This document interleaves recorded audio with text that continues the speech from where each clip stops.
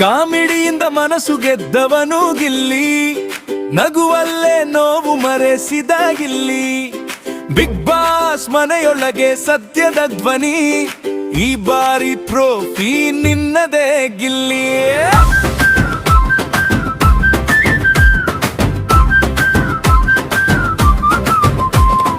ಕಷ್ಟ ಬಂದರೂ ನಗು ಕಳೆದುಕೊಳ್ಳಲಿಲ್ಲ, ಸತ್ಯ ಹೇಳಲು ಯಾವಾಗಲೂ ಹಿಂದೆ ಸರಿಯಲಿಲ್ಲ.